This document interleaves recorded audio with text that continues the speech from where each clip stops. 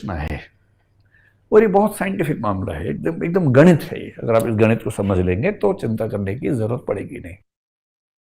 देखिए negative marking का क्या उसूल है और आपके पास स्थितियां क्या है। पहली स्थिति ये हो सकती है कि 4 ऑप्शंस हैं प्रश्न में, उनमें से आपको पता है कि सही कौन सा है और गलत कौन से हैं।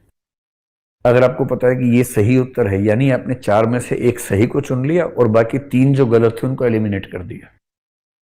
तो जिसको बोलते हैं परफेक्ट, आप किसी प्रश्न को परफेक्ट तरीके से जानते हैं। इसका बेसिक मतलब क्या होता है कि एक जो सही है और 3 जो गलत हैं, आप इसको समझ रहे हैं, और जो 3 गलत हैं आपने इन तीनों को एलिमिनेट कर दिया। यानी आपने कहा कि ये भी इसका उत्तर नहीं है, ये भी इसका उत्तर नहीं है, ये भी नहीं है, और आप दावे से कह रहे हैं इसका मतलब ये है कि जो चौथा है यही इसका उत्तर है। इसमें तो कोई बात है ही नहीं। अगर आपको ऐसी स्थिति है तब तो कोई दिक्कत है ही नहीं। और मान के चलिए कि ये वाली स्थिति आपकी, अगर आप अच्छे विद्यार्थी हैं तो 30 प्रश्नों में आ जाएगी, और आप बहुत शानदार विद्यार्थी हैं तो ये मामला शायद 35 तक चला जाएगा, और यदि आप धरती पर ईश्वर के अवतार हैं तो 40-45 तक चला जाए तो चला जाए, वरना उसके ऊपर जाना मुश्किल है। इतना ही हो पाएगा। सेकंड सिचुएशन को देखिए। सेकंड सिचुएशन ये हो सकती है कि 4 ऑप्शंस हैं, आप इतना समझ पा रहे हैं कि इन 4 में से ये 2 आंसर तो नहीं है, पर इन दोनों में से कौन सा सही है आपको ये नहीं पता। यानी 50% एलिमिनेट हो गया, बाकी 50% 2 में से एक है, आपको नहीं पता चल रहा। अब इसका मतलब ये हुआ कि आंसर है तो ये या ये, और आप इन दोनों में डाउट में हैं। इसको हम कहेंगे कि 50% आपका आंसर सही होने की संभावना है।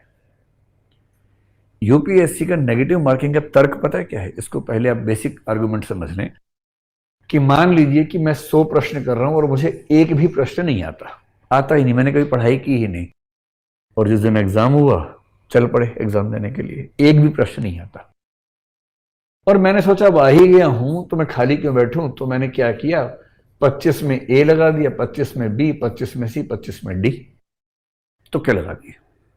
जिसको बिल्कुल नहीं आता उसका स्कोर 0 आना चाहिए। ये कैसे होगा? अगर मुझे एक भी सवाल नहीं आता, मैं सब में तुक्के लगा रहा हूं, तो 4 उत्तर में से एक उत्तर सही होना है, यानी मेरा हर उत्तर सही होने की संभावना 25% है। यानी अगर 100 के 100 प्रश्न नहीं आते तो मेरे 25 उत्तर ठीक हो जाएंगे और 75 गलत हो जाएंगे। ये कॉमन सेंस की बात है। अगर मेरे 25 उत्तर सही हुए और 75 गलत हुए तो नियम क्या है? जो गलत है, ऐसे 3 गलत उत्तरों से एक सही उत्तर कम हो जाएगा, जो मैंने भी आपको समझाया। तो 75 उत्तर गलत हुए, इसको 3 से भाग कर दीजिए तो ये बन गया 25। यानी 25 आपके सही प्रश्न हुए थे जिससे आपको 50 नंबर मिलते, और 75 गलत करने से 25 सही प्रश्न माइनस हो गए, यानी कि कुल मिला के आपका स्कोर क्या रह गया? आपका मतलब जिस व्यक्ति ने ऐसा किया उसका स्कोर आया 0। बड़ा साइंटिफिक सिस्टम है कि तुक्का लगाने वाले को ना फायदा हो ना नुकसान हो, उसको उतना ही स्कोर मिले जितना उसको आता है, और तुक्के वाला हिस्सा गलत हो जाए। पर ये तुक्का कब है? जब कुछ भी नहीं आता है। ये उस तुक्के की बात कर रहे हैं। अब इधर आइए वापस, ये वैसा तुक्का नहीं है, आपको 50% आता है। 50% आने का मतलब है कि यदि आपने सवाल किया तो सही होने की संभावना 25% नहीं है जो पूरा तुक्के में होती है। यहां सही होने की संभावना 50% है, आधी संभावना है। अब हम एक संख्या मान लेते हैं, 36 की संख्या मान लेते हैं। इससे हमारी सारी गणनाएं आसानी से हो जाएंगी। मान लीजिए आपने 36 प्रश्न ऐसे किए जिनमें आपको 2-2 उत्तर एलिमिनेट हो रहे थे और 2 में आपको आइडिया नहीं हो पा रहा था। ठीक है, तो जब 36 ऐसे प्रश्न करेंगे तो क्योंकि संभावना सही होने की कितनी है? 50% है, तो मान लेते हैं कि 18 सही हो गए, 18 गलत हो गए। एकदम सिंपल है।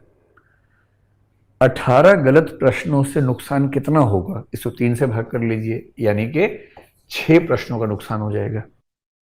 लेकिन आपने सही कितने कर दिए? 18 कर दिए, और इसका मतलब ये हुआ कि 18 माइनस 6 यानी 12 प्रश्नों का कुल लाभ, यानी 24 अंकों का कुल लाभ आपको होगा ऐसे 36 प्रश्नों में, जिसमें आपको 4 उत्तरों में से 2 एलिमिनेट करने में सुविधा हो रही है, बाकी दो में से आपको आइडिया नहीं हो रहा है।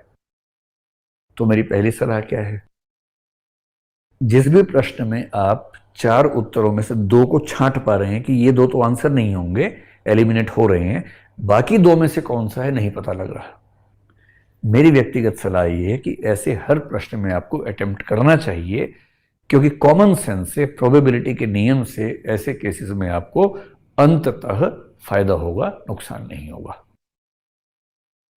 अब तीसरी कंडीशन ये हो सकती है कि चार ऑप्शंस हैं, आपको इतना पता है कि भाई इसमें ए तो नहीं हो सकता, लेकिन बाकी तीनों में से कौन सा है ये आप नहीं समझ पा रहे, इन तीन में से कोई एक ठीक होगा।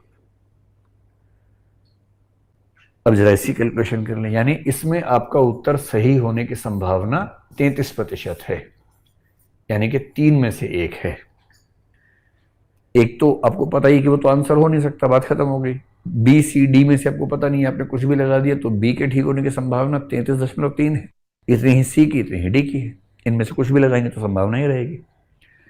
यदि 33% संभावना है, मान लीजिए कि ऐसे 36 प्रश्न हैं, 36 संख्या मैंने इससे ली है कि वो हर एक गणना आपको आसानी से हो जाएगी। 36 में 33% का मतलब है कि 12 प्रश्न आपके ठीक हो जाएंगे और 24 प्रश्न आपके गलत हो जाएंगे, ऐसे प्रश्नों में से। तो इसका मतलब क्या हुआ, अब देखिए 24 गलत होने से जो नुकसान हुआ वो 8 प्रश्नों का हुआ, ये -8 हो गए, लेकिन आपको जो फायदा हुआ वो 12 प्रश्नों का हुआ, और इसका मतलब ये हुआ कि नेट बेनिफिट आपको यहां पर 4 प्रश्नों का हुआ, वहां तो 12 प्रश्नों का था, यहां पर 4 प्रश्नों का है। अब अगर आप मुझसे पूछे क्या करना चाहिए, तो मैं ये कहूंगा कि यदि जो प्रश्न आपको ठीक से आते हैं, परफेक्ट तरीके से आते हैं वो, और जो आपको 50% प्रोबेबिलिटी से आते हैं, यानी कि दो एलिमिनेट हो रहे हैं बाकी दो नहीं हो रहे, ये तो करने ही चाहिए। और यदि इनको मिला के आपके 70-80 प्रश्न हो गए तो आप मान के चलिए कि प्रीलिम्स आपका हो जाना चाहिए। लेकिन यदि उनसे मामला नहीं बन रहा है, या अदरवाइज भी आप सोच सकते हैं, अगर आपका गेस वर्क आमतौर पर ठीक रहता है, तो मेरी सलाह ये है कि आप इन प्रश्नों को भी ट्राई कर सकते हैं, अगर ये प्रश्न संख्या में बहुत ज्यादा नहीं है तो। मान लीजिए 7-8 ही सवाल है तो ट्राई कर सकते हैं, क्योंकि 7-8 सवाल में अगर आप दो भी ठीक कर लेंगे तो आप कम से कम नुकसान में तो नहीं जाएंगे। और रही बात आखिरी प्रश्नों की, जिनमें 4 ऑप्शन हैं और आपके लिए चारों बराबर हैं, क्योंकि आपको कुछ भी नहीं आता उसमें, एकदम काला अक्षर भैंस बराबर टाइप फीलिंग है, ऐसे प्रश्नों को आप अटेम्प्ट करेंगे या नहीं करेंगे उससे कुछ फायदा नहीं है, क्योंकि उसमें आपका आंसर सही होने की संभावना 25% है। ये वही स्थिति जो मैंने ऊपर बताई थी। अगर आप ऐसे 36 सवाल करेंगे जिसमें वो कुछ नहीं आता, तो आपके 9 सवाल ठीक होंगे, 27 गलत हो जाएंगे। 27 गलत होने का मतलब हुआ -9, 9 ही ठीक हुए थे, कुल मिला के निचोड़ क्या निकला, 0। यानी जो प्रश्न बिल्कुल नहीं आता उसको करने में भी कोई नुकसान नहीं होता है यूपीएससी में, लेकिन टाइम का नुकसान तो होता ही है, एनर्जी का नुकसान तो होता ही है। इसलिए अगर आप मुझसे पूछें